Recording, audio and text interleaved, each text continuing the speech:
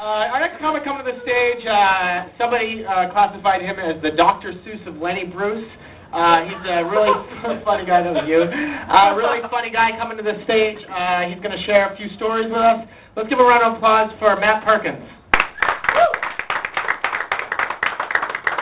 Hey everybody, don't want to go too over, so just jump right in. Decided to shovel a little shit on H.A. Rey and his book Curious George. Probably familiar with it, I guess. Let's see where we go. This is George. He lived in Africa. He was very happy, but he had one little fault. He was too curious. George had seen humans before. Dr. Goodall and Diane Fossey had pitched tents and studied his jungle ways. But the man in the yellow hat's tent was on the front of his khakis. It didn't look big enough for anyone to sleep in, and the angle was all wrong. George had no way of knowing about the chloroform rag tucked under the brim of the yellow hat. Oops. George's life was about to go in directions he couldn't possibly imagine. As George was coming to, he was in a floaty thing, face to crotch with some splay-legged Frenchman, holding two rods with way too big a smile on his face.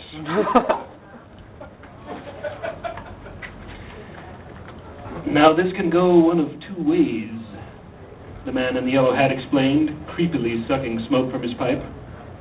The trunk to your right contains several skeletons of little monkeys who chose not to play ball. George was in a world of shit. If only like Icarus he had wings to carry him.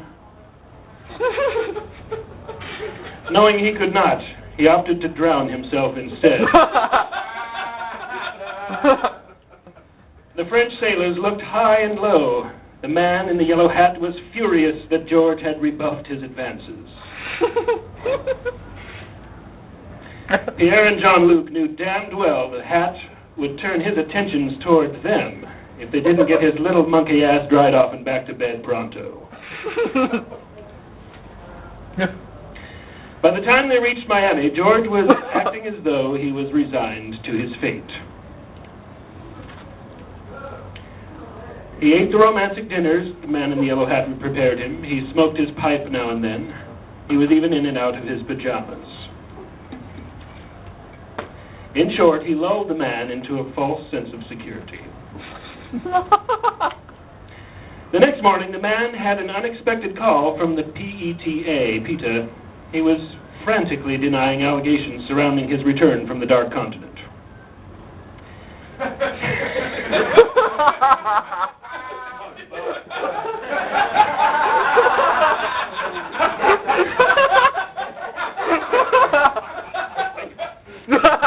George thought he was seconding that emotion with a call to dialing the ASPCA, though he had accidentally dialed in a Chinese fire drill.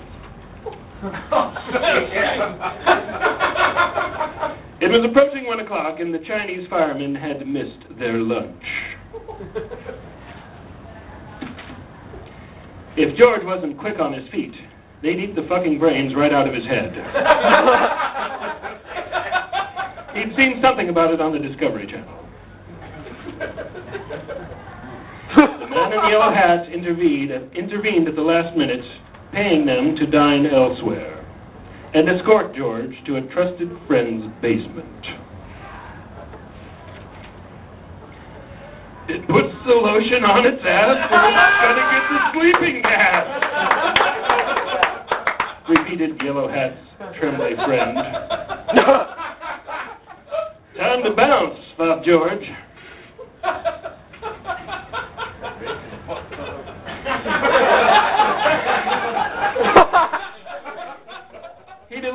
He'd electrocute himself before that had ever happened again.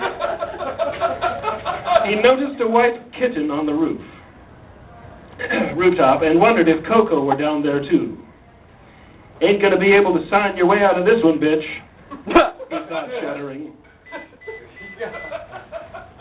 God. He snatched what he took to be a giant bunch of grapes from another nefarious-looking Nambla type. It might be cloudy with a chance of meatballs elsewhere in the world, but this town's precipitation for the day was digested bananas.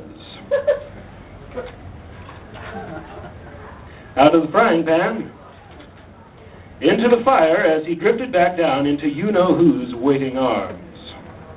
The man in yellow hat paid handsomely for the balloon vendor's silence and recommended a couple of websites he might enjoy. He then beelined for the zoo, where he stashed George till the heat blew over.